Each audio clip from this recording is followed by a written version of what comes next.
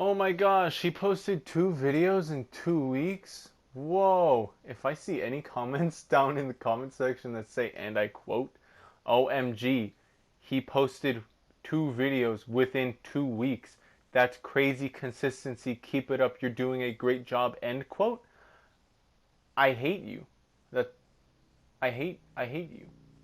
Um But anyways, getting on a serious note, we hit 2 subscribers, which I thought was a pretty big milestone. So what I decided to do is I decided to play every single zombies map. Attempted to get to around 30 on most. I tried each map at least twice. If I couldn't get to around 30 twice, I suck. So fuck you. Um, so I've replayed every zombies map ever, not only Treyarch but non-Treyarch games as well, and I've put together the best zombie ranking list of all time. I'm pretty sure there's about 47.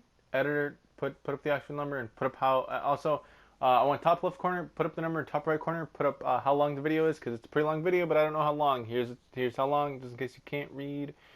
How long they can see it when they click on the video, they can see how long. I fucking hate this. Editor, cut to the just just just just cut to the fucking video already. Coming in at last place should be no surprise. It's World War II's DLC 3, The Tortured Path. Why is this the last place? Why is this the worst zombies map of all time? Multiple reasons. One reason is it came in 3 different maps, 3 survival maps that each went to wave 10, so as a total you could only get to wave 30. Did I do that? Fuck no, I didn't try. I played this map once. I know I said I played each map at least twice. Fuck you, my video. Not only that, on launch, you could not play the second 2 maps that you paid money for to enter this DLC until you completed the first map. This is a challenge map. Every single wave has its own challenge. If you do not complete the challenge, it's game over. There's nothing that you can do about it. It's not like you go down or your weapons get taken away. The game is fucking over. You can get a boss zombie on round 2. And if you don't beat that on round 2, because it's round fucking 2 and you still have the starting weapon, guess what? Game over. You suck. That's what this is. They didn't. It's not a good game. It's not a good map. I really hate it. It fucking sucks. Coming in at number 46 should not in any way be a surprise to anyone at all. It is Infection from Call of Duty Advanced Warfare. Not a lot of people even know that that's this map's name because a lot of people in the community refer to it as Burger Town. There's so many reasons why this is such a bad map.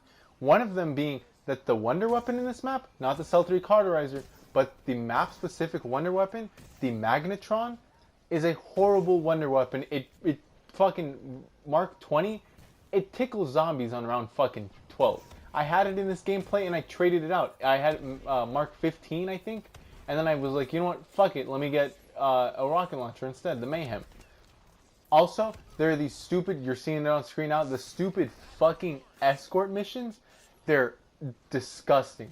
They're mandatory to do. If you don't get the survivor to the escort drop-off and he dies, you get punished. All of the power gets turned off around the map and you have to go back and turn it on again. And then also, there like the Easter egg for this map, you have to you make a burger. That's the Easter egg for it. You literally spend all of the Easter egg making a burger. For whatever fucking it doesn't make sense. It's a bad Easter egg. It's a bad map. They're fucking horrible guns. That stupid fucking Juggernaut zombie. Oh, horrible. I hate him. I hate him. I hate this map. It's so fucking bad. And coming in at number 45 is Black Ops 4's Blood of the Dead. Again, it really shouldn't be a surprise to anyone. It was such a hyped up map, and it really, along with the rest of almost all of Black Ops 4's release maps and DLC maps, it did not live up to its hype or potential. But the reason that this goes so low on the list is because the Easter egg wasn't even solvable for at least the first couple of weeks because there were bugs littered throughout this game.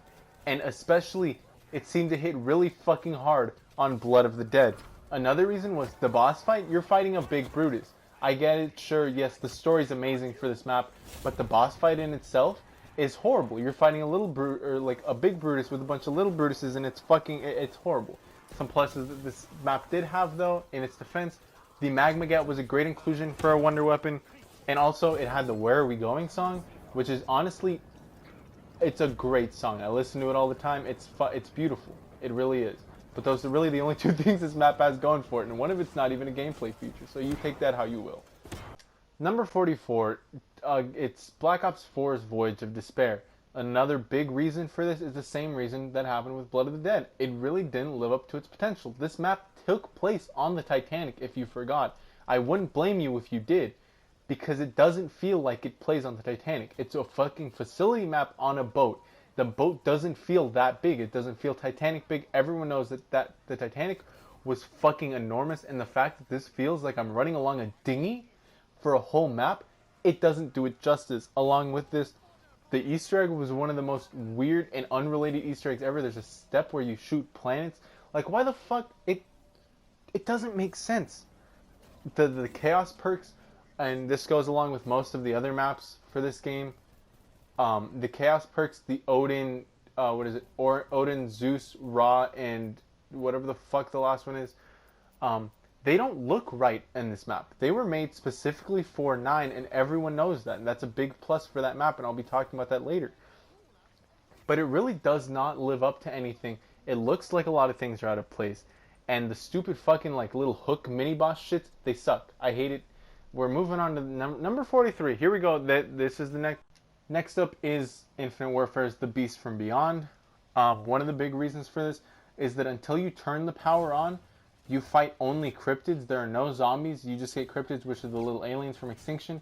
And though that seems really cool, it's not, because they're really fucking fast. They take bullets like a sponge on round 3, and they hit faster than zombies. So you're down easy before you even have Jug. No fucking issue at all. The way to get pack punches in the map seems really lackluster. All you do really is you get 3 little pieces of metal, and then you plant them on a bridge so you can walk along, and it doesn't even look nice. It looks obviously shitty and handmade. Also, there are 2 honor weapons on this map, the Entangler and the Venom X. The Venom X, though it's a nice callback to Extinction and all that, it really doesn't fit this, and also it's really difficult. You do need to have the Entangler, I'm pretty sure, to even get the Venom X. I didn't get it in this gameplay because fuck it. The Pila and the Iron Eagle do a lot better. I forgot what the actual names of them are. I'm just reading them off the screen. So yeah, I don't know. I think it's a bad map, but to each their own, I guess. It's number 43. Number 42 is World War II's DLC 4, The Frozen Dawn, the last map of the World War II series for zombies. I mean, it was an okay map, I guess. The layout was pretty weird. All of it was pretty, I don't know, I wasn't really a fan at all. The thing that I really didn't like about it is that you need tutorials for this map, or you need to know everything by heart. If you don't, you're fucked. I needed to look up 5 different tutorials to learn how to open up Pack Punch, how to open up the first door, which is a soul box. The first door is a soul box. You need to get like 10 to 15 kills before you can pay the $7.50 to open the door. Didn't make sense to me. I was like, how the fuck do I get out of this? You have to look up for the melee weapons. There's 4 different guides. There's upgrades and all this shit. It's really confusing. It's super bad for new-coming players, and I don't think it deserves to be that high. So that's why I put it pretty low, and I hope you can understand that. If you can't, well, it's my video. Taking the number 41 spot is a survival map from Black Ops 2. It's Bus Depot. This is a part of the green one, which technically was on release. It was pretty much the first starting portion of the transit map, which is the big, obviously, main release map for Black Ops 2. But it really doesn't fall that high. I am counting all the survival maps, obviously, because why the fuck would I put Bus Depot on and not the others? I don't know. But my issues with it, where it had no perks at all, it is really the most bare bones survival experience you can have, which isn't always a good thing, especially with Bus Depot, because not only was there no perks, you had 2 or 3 wall buys, I think, and a mystery box. But there's like the fire zombies that you could have, or the lava zombies. I don't know exactly what they're called. But if you kill them and they blow up, they can red screen you instantly since you don't have Jug. So it's really not that hard. You're going to round like 8 at the most. I don't know. I think I got to around like 14. But you don't get that far. You really don't. Obviously, I couldn't record the gameplay for that, so I'm putting up Overwatch Zombies. But yeah, that's number 41. I'm sorry, I'm laughing about the zombies. It's a Winston's. It's a Winston's. Number 40 is DLC 1 from Black Ops 4, Dead of the Night. There's obviously, with these first 10 or 15, there's going to be a lot of reasons for why they're so low on the list. But one of the bigger reasons, this map wasn't advertised at all. It came up pretty much out of nowhere. I don't think it got announced until a day or two beforehand. So there was no hype for this map. And this was Black Ops 4's celebrity cast. It had people who were in movies. They didn't hype that up at all. So it really did poorly just because a lot of people didn't know it came out. It was really it has like the whole vampires thing, which people don't like, because if they hit you, your health regen gets stunted. You don't regen for like another 5 seconds or whatever. That's really not that cool. The wonder weapon process to get Alistair's whatever the fuck it's called, it's pretty bad. It's really long, and I'm personally not a fan. We did it like round 3, something like that, but it's really not, I guess it's not that hard because we fucking shopping freed everything. We don't play this map legit. The fuck? I don't care. And it seems really too complicated. We had to look up a tutorial for the shield, and me and the person in this gameplay, Richie, I'll have all the people who's like play with me, I'll have all their links down below. Whatever the fuck they say or whatever they want, if they want it. Me and Richie have been playing zombies since 2010, since 2011, 10, 11, when Black Ops 1 was out. And the fact that we had to look up the shield tutorial because we like were searching for rounds and rounds and couldn't find the fucking pieces, it's way too complicated for casuals. It's not a good map to play on if you're newer to the game. Next up, taking the number 39 spot was World War II's DLC 2, The Shadowed Throne. It honestly didn't play that badly. It's just the process to get to this point really fucking sucked. The map layout seems really confusing. I don't know if that's just me. I've only really played this maybe once or twice beforehand, before like coming back to play it, and I might not remember the layout. But it seems like a really confusing layout. There's a lot of ways to get a lot of places, but you can never get where you want. There are these stupid fucking zombies that get impaled with like the Tesla thing, whatever the fuck. If you want to get the wonder weapon, you have to have that be a thing, and they're really fast. They hit you really fast. It's fucking annoying. The Easter egg, you talk to Russians. I mean, it's kind of cool because Russians are cool, right? Oh wait, no, fuck. We have that whole Putin thing going. On to the next. Oh fuck. On to the next one. Number 38 is gonna be Infinite Warfare's DLC 3, Attack of the Radioactive Thing. Now, I personally forgot that this map was a thing, and when asked around to other people, a lot of them kind of forgot as well. So it's a very forgettable map, obviously. The wonder weapon, which is the MAD, I don't know what it actually stands for. I can't remember. All I remember is the initials are MAD, because if I don't fucking care, it's Attack the Radioactive Thing. What are you going to judge me for it? Fuck you. The MAD, once you get it out of the box, you need to go around, pick up a crowbar at a certain spot in the map, walk around the map in a certain, or in a specific order, and hit different, like, electricity boxes and pick up pieces. The fact that I need to walk around in a specific order to upgrade my gun, I would rather pay fucking 50,000 points to upgrade my gun. I hate the fact that you have to walk around like that shit, and it's fucking stupid. It's dumb, I hate it, it's dumb, it's stupid. It's boring, yeah. What's the next one? I don't know. Coming in at number 37 is going to be Nuketown Zombies. Now, do I completely remember how this got released? No. All I remember is like it was the DLC, but like out of nowhere, and it was just a zombies map. I think it might have been a pre-order bonus. Now that I think about it, I don't know. Am I supposed to remember this shit that was like 2013, 2014? Oh my goodness, it's been so long. Anyways, it had this system where every 4 or 5 rounds, it would drop a perk randomly in the location. It'd be random perk, random location in the map. You could go up to, I believe, around 20 without getting jug. No, that's not good. I don't like that. And it also had the thing with like Marlton being in the shed. That served practically no purpose throughout the entire rest of the series. But it did have a really cool round 25 Easter egg if you're playing on regular, or whatever the equivalent to that was.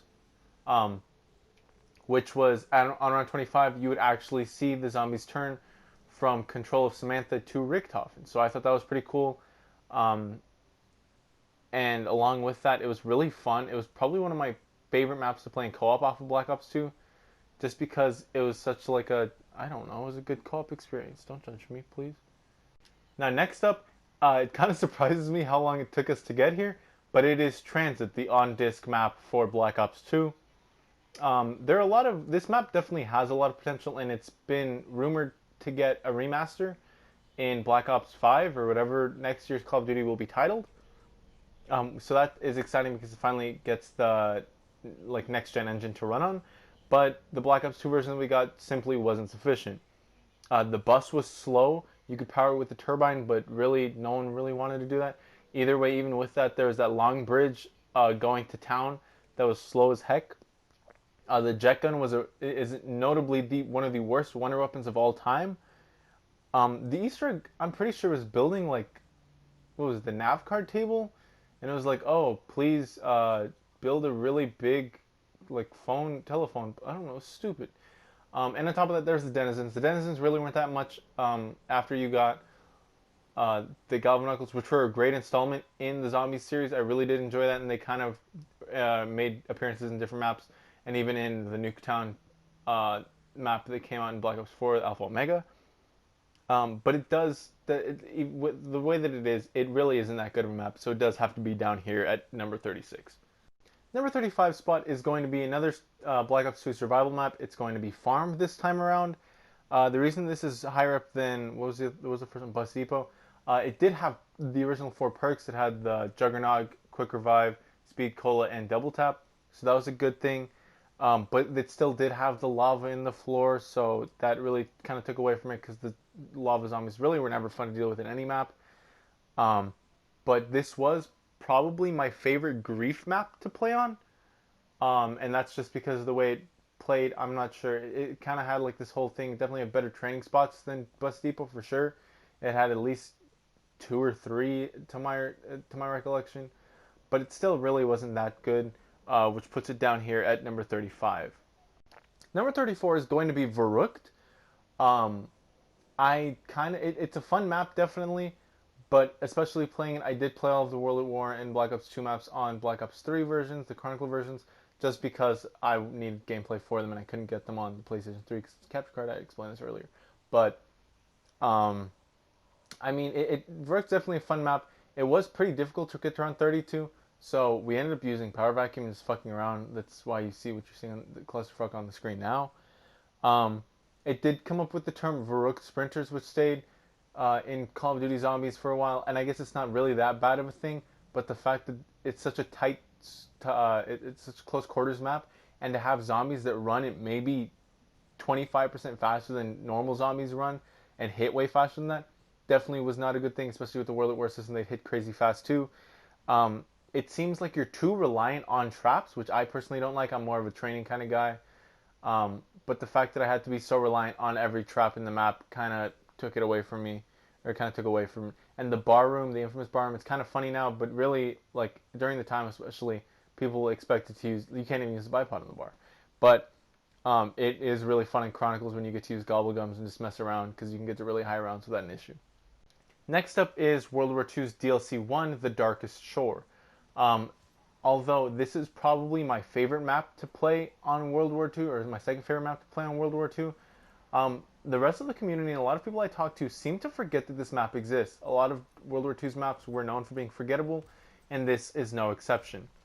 Along with this, there's like artillery steps, like you have to use artillery cannons for these, if I remember correctly, and that seemed really like random and out of nowhere.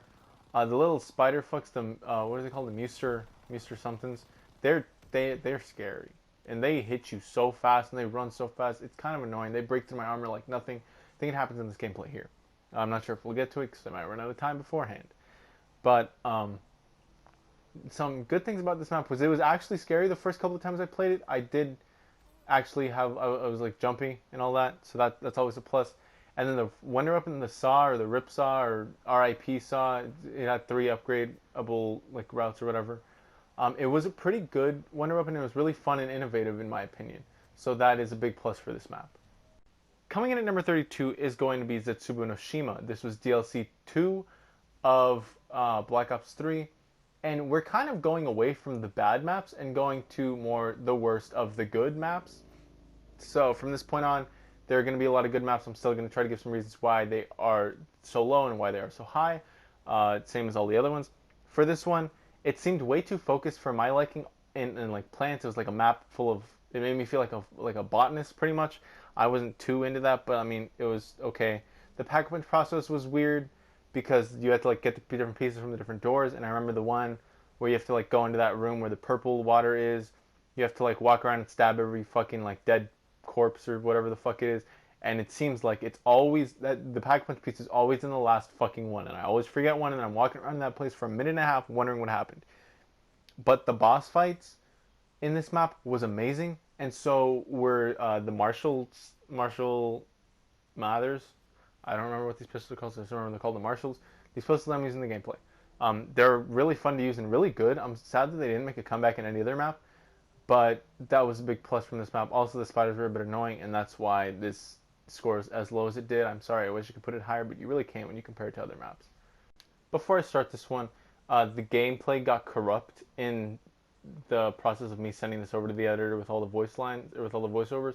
So I'm not sure what happened to it. I feel bad because I really do enjoy Shaolin Shuffle, but I can't show you. So I'm sending more Zombies to Spaceland when me and Chris tried to do the Easter egg. So yeah, it kind of did give away. Number 31 is Shaolin Shuffle from Infinite Warfare. That's DLC 2, I believe. With this one, again, like all Infinite Warfare, and I feel like this is really a fault of every game that wasn't really Treyarch, or even Treyarch past a certain point, all of Black Ops 4. It's very tutorial heavy, like you need to look stuff up if you don't know what you're doing. Jug's kind of complicated in this one. The sword, which is technically the wonder weapon of the map, also isn't too good. But the Kung Fu was really fun to do, and it was a really like nice mechanic that they added. It was like a little mini wonder weapon, even though it didn't take up a weapon slot. I thought it was really fun. And along with that, same with it didn't want to be taken seriously, which I feel like some of the later maps did. So that really like brought down from how good I thought it was. So I liked that this map kind of like took itself as a joke, and it was like, oh, look at it, willy-nilly doing kung fu in the, was it like the 80s, 90s? I don't fucking know. It was fun. That's all that matters. Coming in at number 30 is going to be Die Rise. It's not really too forgettable of a map, but not a lot of people will go on Black Ops 2 and purposefully load up Die Rise. Like as like the first map, no one really thinks I'm gonna play Die Rise today. Like it's not really a thing that happens, though it is fun. I have a lot of good memories on it. It's still not just as high as some other games are, or some other maps are in other games. Also, there's like the randomized elevators with the perks. That can be really annoying to deal with.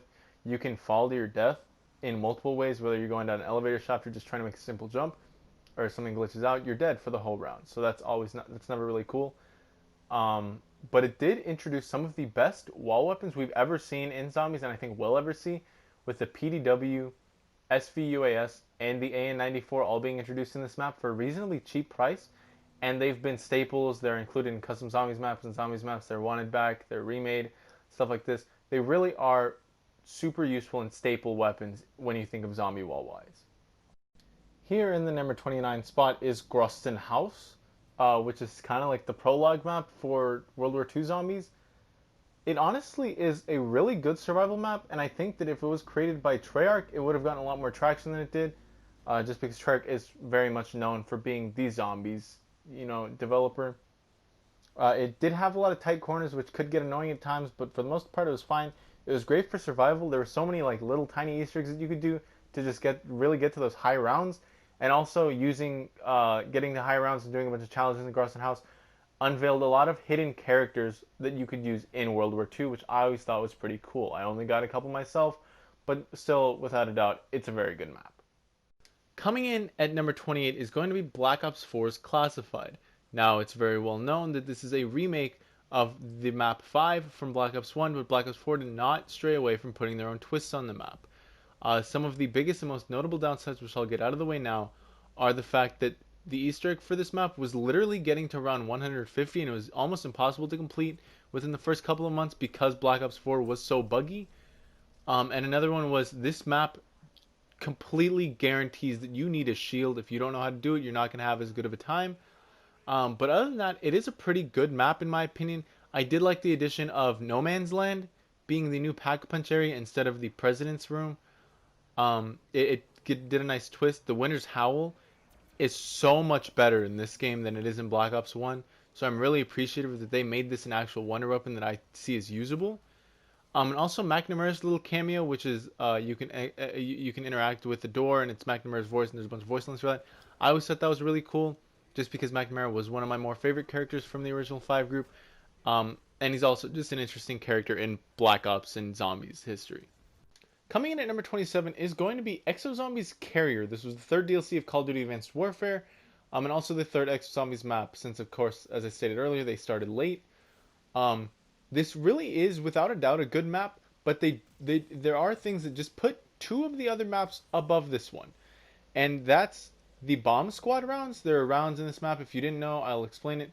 They'll send like humans pretty much, and it's like you're playing search and destroy in zombies, which is not all fun because that past a certain round, they end up having like people in juggernaut suits. So no, that's not a fun thing.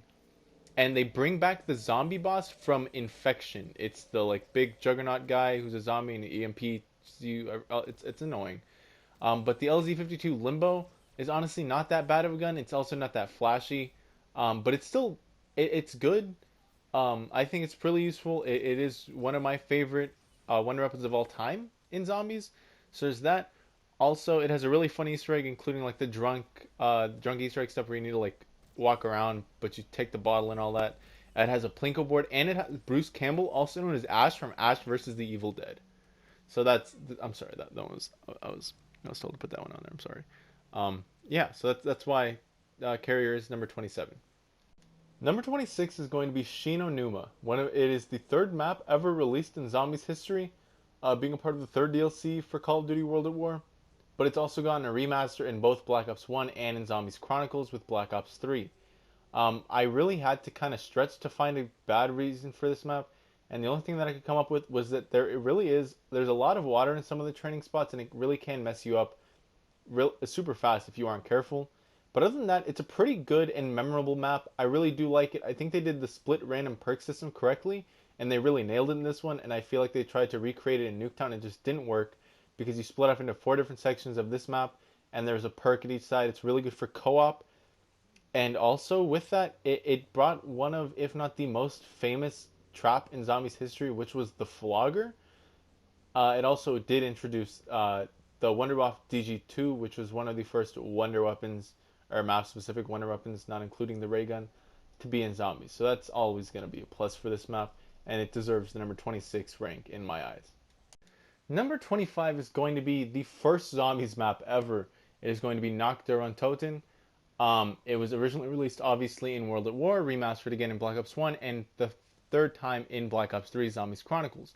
Personally, my favorite version of this map is Zombies Chronicles because it really takes a lot of the challenge away, but not in a bad way, because it still is a very close quarters map. You can still camp in it, but I did very much enjoy playing it on World at War, because with that, you really get a sense of like, oh, this is bare bones zombies. There were no perks yet. There was really not a lot you can do. The first couple of rounds go like slow as a fucking snail, but once you pick up pace, it's non-stop. You got zombies coming at you because the map is so small. There's so many barriers everywhere, so there's just so many maps. There's so many zombies spawning in everywhere. And no matter what anyone ever says, I was a huge fan of the zombie sniper cabinet. But that is also just because I like snipers, so I could play into it. But I always thought that was a great inclusion, making this map the 25th best map of Zombies. Coming in at number 24 is going to be Raven the Redwoods, the first DLC map from Infinite Warfare. This really was probably one of the better maps from Infinite Warfare, as you can see from the list and also just from experience. It was a little weird because there's like, you use a hot dog technically to get to the wonder weapon. That is a step that you have to do. And also the fucking shit flinging monkeys. They're really annoying. But other than that, it is a really good map. I feel like it plays well. I feel like they did a really decent job at the 4 wonder weapon system, where you can like have it upgraded into 4 different branches. I feel like they did a good job with that. They also let you carry more than one, which is why I have 2 here. And also the boss fight for this map was really fun. Again, it didn't take itself too seriously. The characters stayed funny, and characters honestly were half the reason I enjoyed playing any of the Infinite Warfare maps. So that played in a big role here. And other than that, it really wasn't too difficult. I didn't need to look up too many tutorials, I would say. I maybe had to look up one, and that was how to upgrade or how to unlock the Vlad, which is the default version of the crossbow. But it was a pretty good map. So it gets ranked 20 or number 24 on the list. Yeah. Moving on to number 23. Number 23 is Call of Duty Advanced Warfare's Outbreak, the first Exo Zombies map that we've gotten. I'm not counting the survival because who the fuck counts as survival? The only really bad part about this map was the EMP zombies, but they remained a staple throughout the rest of Exo Zombies, so I can't really take them that seriously. But nonetheless, they're always annoying to deal with, and they're never fun. But it was a really good, probably one of the best starting maps for Call of Duty that I've seen. As you'll see, like a lot of the starting maps are higher up on the list, because I do believe that's the peak performance of that game. And the Easter egg was simple. You were literally getting ID cards. It was nothing too serious, nothing too like hard. It really was simple, and Oz was a great character. I'm sad that he got taken out eventually, but I am happy he got replaced with someone like Bruce Campbell to keep, the comedic relief up, because a lot of these characters do get annoying. A map that's probably higher than a lot of you expected is going to be this map, Togger Tone. It's known for being the wrap-up of Ether, and also not being that good for being, the wrap-up of Ether, the most popular zombie storyline without a doubt. But I still think it was a good map. Granted, I do love Call of the Dead. I do think that the installments that they made to this were pretty good. I didn't think they really did a lot wrong with it. I think they executed it well. They added the Hermit, who's Pablo, whatever his name was. I forgot his last name. But this was the first time we've ever gotten in actual contact with the secret, like, 5th experiment from the original, like, World at War Black Ops 1 storyline. So that was really cool to interact with. It brought back the Victus crew. So that's always, that's always a plus. I like the Victus crew, though they get annoying sometimes. They are definitely a better crew. There's an Easter egg to get the Thunder Gun, which was pretty cool. And also, it has just a lot of wonder weapons. It has 3 or 4, maybe even 5. It has the Tundra Gun, the Wunderwaffe Sniper Rifle, the Thunder Gun, the Ray Gun, and I don't think the Ray Gun Mark II. So yeah, it still has 4 wonder weapons. It's a pretty good amount. That's 1 for every player, not even including the Ray Gun. So that's pretty cool, and I think this map deserves to be as high as much as people might not agree with me. Next up at 21 is going to be Shangri-La. This is DLC 3 from Call of Duty Black Ops 1, and it's a pretty good map. It honestly is very challenging even now. Being as old as I am and having as much experience as I am, I can't say it was the easiest experience to do. Obviously, it is known for being pretty much unplayable if you're playing on online public matches, just because you need to have multiple people step on these little platforms to actually activate Pack-a-Punch. But other than that, it really is a good map. It brought the baby gun, the most powerful, I think statistically, the most powerful wonder weapon in zombies history. It has amazing scenery, and also the mini bosses like the Screecher and the Napalm Zombie, they were really good in this map. And I think that when they tried to bring them in later incarnations, they couldn't really remake it as well as they could, just because they really fit the aesthetic of the map. So I think Shangri-La is a really good map. Disagree with me, agree with me, I don't care. It's my opinion. Just above Shangri-La, though, is going to be Alpha Omega from Black Ops 4. Yes, it's a remake of, Nuketown, and Nuketown's been in fucking, it's everywhere. But it still is, I think, a good map. The Reagan Mark II variants are really fun to build, though it doesn't really have so much replayability. It still is fun to play every once in a while. It has a good boss fight, and I love the fact that it makes the Primus and Ultimus crews. Along with that, it brought some good lore. Not really, but it did shed light on like how the Avogadro got there and all this. It brought Rushmore, who's like an OS system or an operating system kind of thing. I don't know. My favorite part about this was definitely the Reagan Mark II variants, but to each their own. At number 19, it's gonna have to be 5 from Black Ops 1. The original, I do think it's better than the remaster, as much as the remaster is better with gameplay. it can't beat the great characters and the quotability from 5. That I can go on all day with friends and whoever just quoting this map and not having an issue. Also, it was really fun in co-op. Like as challenging as it was, being very like kind of it was definitely kind of a difficult map with the weather up and not being that good, but it was still a really fun map to play every once in a while. The Pentagon Thief was annoying, sure, but I truly cannot get over the like Fidel Castro, Richard Nixon, John F. Kennedy, and Robert McNamara. They were great characters, and I think that was probably one of the best sets of characters that Call of Duty Zombies has ever had. The 18th map on our list is going to be the last survival map as well. It's going to be Town from Black Ops 2's Green Run.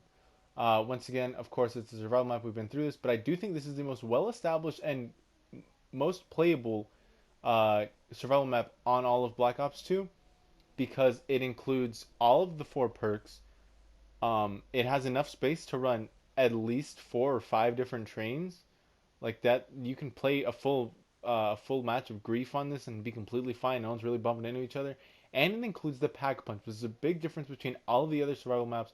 So that's what I think Town did right most. And it's really the perfect map for casuals to play. When you think of it, it's not too complicated. Everything's right there. There's no power. So if you're casual and you don't know at all what you're doing, but you want to have a good time, you play Town. Coming up next is the final Advanced Warfare map that we have, and it just so happened to be the final Advanced Warfare map of Exo Zombies, which was Descent. This was kind of the perfect mix because it had I really liked Ash as a character, and it also included Oz. So it's both comic reliefs of the series, which I enjoyed because I didn't like taking Exo Zombies too seriously. It also kind of took away the challenge rounds and replaced them with a much more enjoyable Oz rounds, where you just go into this little room that you see here, and you have to like either fight zombies with a bunch of Oz challenges, or at some point fight Oz. It has a fun Easter egg, again Ash from Ash vs. the Evil Dead, and also it has the M1 irons, which are really good guns. It brought the blunderbuss, which is probably one of the best shotguns I've ever seen. Very powerful. Again, it reloads slow, but very powerful, and it seems like a good mix of everything, especially for Exo Zombies, and it really plays smoothly and well. Next up is going to be Revelations. This was the final map for Black Ops 3, the DLC 4, of course, and it's up this high because though it really is mainly just a bunch of other maps that we've seen before, it does it in a way to where it seems like one of the first times. Like it doesn't seem like, oh, this is just we're just walking through Doris or all this. You kind of it kind of blends all together, and it really does feel like its own map. Along with that, it brought some amazing weapons in. This technically was the first time the Thunder Gun was brought back because Chronicles hadn't come out. The I forgot what that gun's called, but the like little pistol gun, and it had the Banshee shotgun. Had a lot of good guns. The pack punch was amazing. I loved that it was inside of the Apothicon. You just had to like go inside its tummy and then shoot it all down. And then there's the upgrade. You could finally upgrade the Apothicon servant, which was really cool. But it was, I guess, like technically just one big remake. But it did bring back like the Panzers, and also brought back not only the Margwas but different kinds of Margwas, which I thought was really cool. And I think it deserves the number 16 spot. Next up at the number 15 spot is going to be the Final Reich, which was the first map for World War II zombies, excluding the prologue, of course. And I really think that this was an amazing map, though I wasn't too big a fan of like the color scheme that it had, like the little grungy, like gray beige kind of color scheme. But that was with all the World War II maps. I do truly feel it worked best here. Also, it included the notebook, which I get was included in other maps, but I feel like it was included and implemented best in this map. It had the Tesla gun with all the upgrades. I feel like that was definitely the best. I feel like all around, it was just the best map of World War II zombies, even with the whistlers, whatever they're called. The whistlers suck, and they were in every fucking. I hate it. I hate the whistlers. But other than that, it's a really good map. It's really easy for like casual players even to do the Easter eggs. It literally holds your hand through it, and it's like, here, do this first or do this next, and it really is well organized and all that. So I truly do think it deserves a number 15 spot. Coming in next is Buried. Buried was the DLC 2 map from Black Ops 2. The last map that we got with Victus in it uh, until Black Ops 4, but it did a really good job at being, like kind of innovative while also being easy. I feel like it was pretty easy for casuals. You got a lot of new things in it, like the little like repulsor thing. I don't know what that's called. The new buildable, I don't remember the name. You got Leroy with candy and booze. That whole aspect was implemented. You got time bombs, the paralyzer, the witches, the mansion, the maze. It was a really good all-around map, and it brought one of the most famous camping spots to this day in Call of Duty history with the jug alleyway thing, and that was honestly really well executed. And yes, it was easy, but I don't think it was easy enough to where it got boring. I feel like I always had fun, and plus I would always go on this map with friends to build up money for the bank if ever, and it was always just a really good co-op experience. Well deserved. Ascension takes the 13th spot because it brought in so many different aspects. It was so simple, and it brought one of the most fan favorite perks of all time in PhD Flopper. It also brought along Stamina up with it, which I'm not saying Stamina's a good or Stamina's a bad perk. It just obviously it's not going to live up to PhD in any way. PhD got too much hype. Um, it brought the Gersh devices with it. It, it included that whole Gersh and Yuri storyline, and it's done so well. It has one of the most it has one of the most memorable quotes when you open the game and start up a match with the "Please help me, she's coming" quote. That's timeless. I will never get tired of hearing that. It's so easy to train and it's easy for casuals, but at the same time it puts a little challenge on it with the monkeys, which can be yes annoying, but in co-op they're really not an issue at all. You have one person guarding each like perk, and you have four right there. Whatever else you want to guard, sure, one person takes up two. It's definitely easier to play in co-op, but even with that, it's still a great map with the thunder gun and the ray gun and all that. I think it was really well executed. Seen by me as a little bit of a diamond in the rough, Black Ops 4's DLC 2 Ancient Evil was surprisingly really good. This was my first time playing the map because I never like Dead of the Night really turned me off of the game, and I kind of stopped playing until Alpha Omega got released. But Ancient Evil is actually really well built, and it really does. It's the only other Chaos map in my opinion that really works in the whole Danu, Ra, and Odin Zeus system for the perks, and it does it so well, and it implements things like the Pegasus. It has the new shield, which is always nice to get a new different shield because you don't always want to be doing the same thing. Especially the Black Ops 4 shield. I feel like the Black Ops 4 shield is really bland. And it has the things, the little like gauntlet things that you can use in the upgradable ways. I think it did the 4 upgrade system where again with the wonder weapons, and it's a really well built map. There are a couple of training areas, and it's not that hard to pick up after a while. Though it is definitely difficult to get set up if you start later in the rounds in this game right here. We didn't start getting set up until round 20, so it was pretty difficult for us to get here. We had quite a bit of downs, but we still managed, and it was, I would say it was pretty fun. I really do like this map, and I'm glad that I gave it a chance. Without a doubt, the best map of Infinite Warfare Zombies was Zombies in Spaceland. It was the perfect mix of being innovative while also being a great introduction to the universe. It didn't take itself too seriously. It had David Hasselhoff as a DJ. The map really was just well built with the whole Kepler system, um, Polar Peak, and Journey into Space. The Brute was a really good addition as a boss zombie. He's really not that hard after the first time, but he does do a good job at scaring you. I loved the coin system and how that was implemented. I feel like it definitely worked best, and I feel like a lot of Infinite Warfare's game mechanics do work best and make the most sense in Zombies in Spaceland. They also had the 4 wonder weapons, though they weren't necessary at all because you had the arcane cores and all the different elementals or elemental like bullets and all that. I do think it was very well executed. I love this map, and I would gladly go back and play it almost any day. Am I reusing gameplay for this one? Yes. But breaching into our top 10 now, my number 10 pick is Call of the Dead. And I do have a bias because I really do love Call of the Dead as its own map, and I've always been a fan. And it's always been challenging, but not too like challenging where like I hate this map.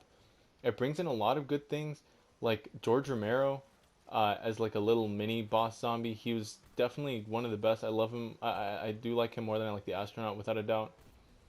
I like the little flinger kind of aspect it had. The fact that you could get the Wonder Waff and the Death Machine after killing George if you do the Easter egg. I think that's a great addition. You also, I'm pretty sure, get a Perkaholic. Uh, it has a great cast, the original Call of the Dead, definitely, with Michael Rooker, Danny Trejo, Sarah Michelle Gellar, and Robert Englund. They do an amazing job at playing themselves, which I guess shouldn't be that much of a surprise. But like really do have good chemistry. And I don't know how that exactly happened, but I just know that I fully enjoyed all of the commentary. It's another map that I really could quote all day, any day. I hate saying all day, any day, but all day, any day, just because it is such a memorable map for me. And I loved the pack punch system, though, yes, the first couple of times I played it was definitely challenging. I liked the challenge. And PhD was in the map, so I could use Mustang and Sally's in this exact training spot that, again, I used in Black Ops 4 just because I was so used to it. It's such a memorable map, and it'll always hold a special place in my heart. So that's why I have it breaching the top 10. Coming in at number 9 is Doris, obviously a timeless classic. I didn't get a lot of gameplay for this one, so I'm going to have to talk kind of fast. Sorry about that. But you know how it works. It's a 3 teleport system. It was the fourth map of World at War. It was remade like multiple times, which is amazing. And every reincarnation of it, I feel, plays great and plays wonderfully. They added the whole like actual use for for Samantha's hide and seek. Brought the first little Easter egg being Samantha's hide and seek. It plays so well. It's so simplistic while also including everything. It's like town, but in an actual map, and it's so memorable because it holds so much lore inside of it that it's not even. It's really not that like there's little to no downsides other than maybe like the Wonderwall was bugged in World at War, but that was more just a World at War issue. The rest of this map, I really think it's a more flawless map, and it's definitely in everyone's top 10. If you play zombies, you definitely know about this map. And I know this because I asked a bunch of people. But yeah, moving on to number 8, I believe. Coming in at number 8 is another all time classic in Keener der Toten. This was, of course, the on disc release for Black Ops 1. And believe it or not, I've heard more people say that they started playing zombies with Kino than any other game ever. Keener der Toten is a lot of people's first maps, and it plays like one too. It's casual friendly, but it also gives you a lot of good lore if you look into it.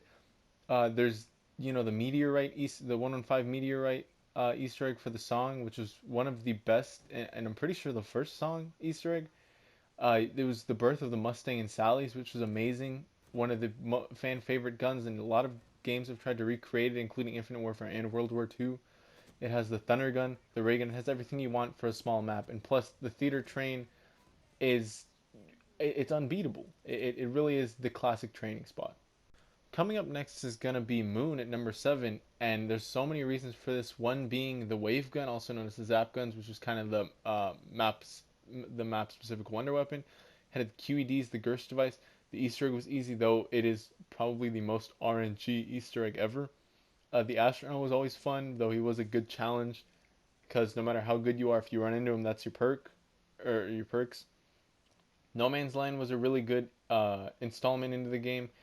There's so many strategies of how to have Mustang and Sally's and Jug by round one, stuff like that. It had the hacker. I was gonna say the hackmaster. I don't know why. It had the hacker in it, the Gerst device, the QEDs. Had a lot of things. The biodome is one of the best training spots of all time. So is this outside area.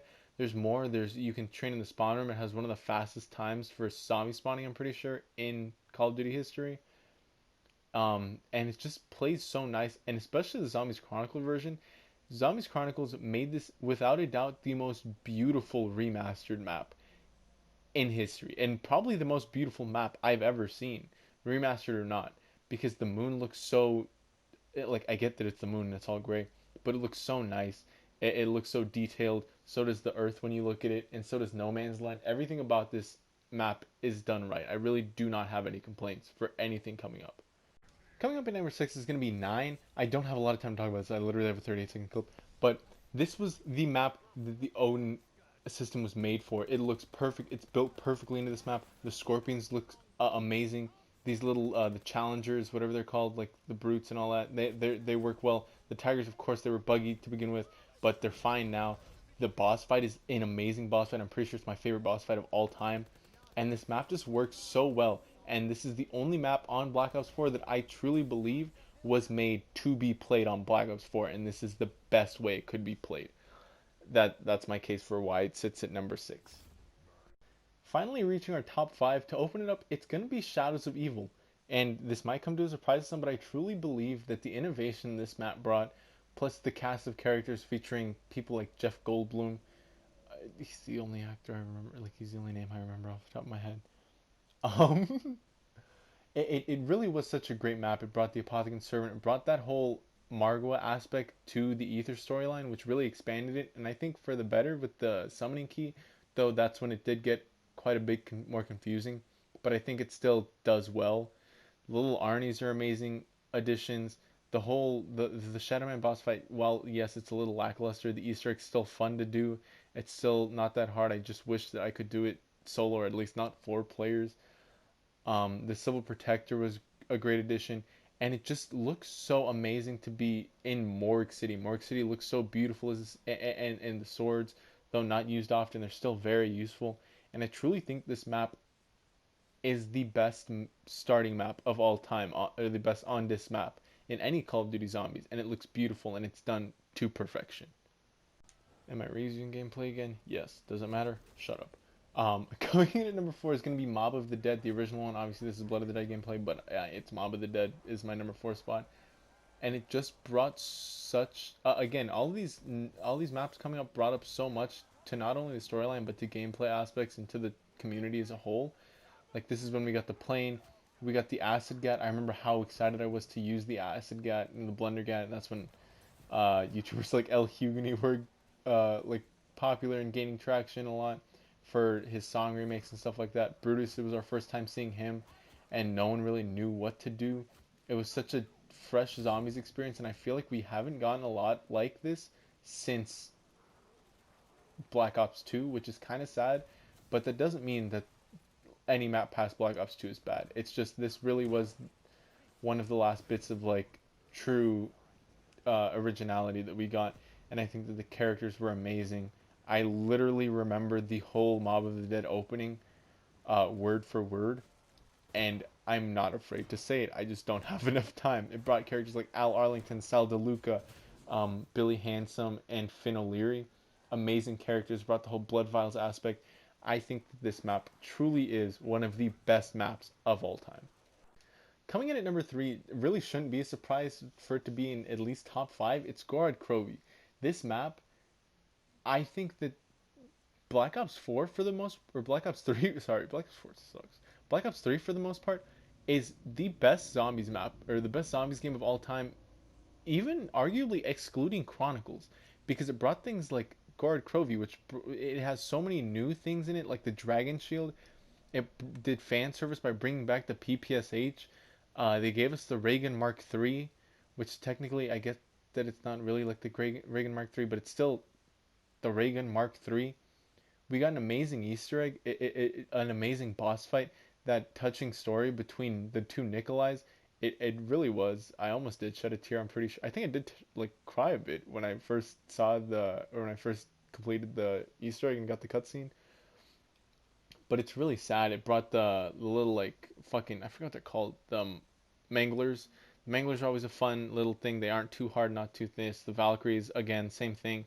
Gave us enough challenge, but also it's just easy and fun to do at the same time. There's not a lot. You got the dragon command stations. You get to take a fucking dragon to pack a punch, and you're gonna tell me this map's not fucking cool?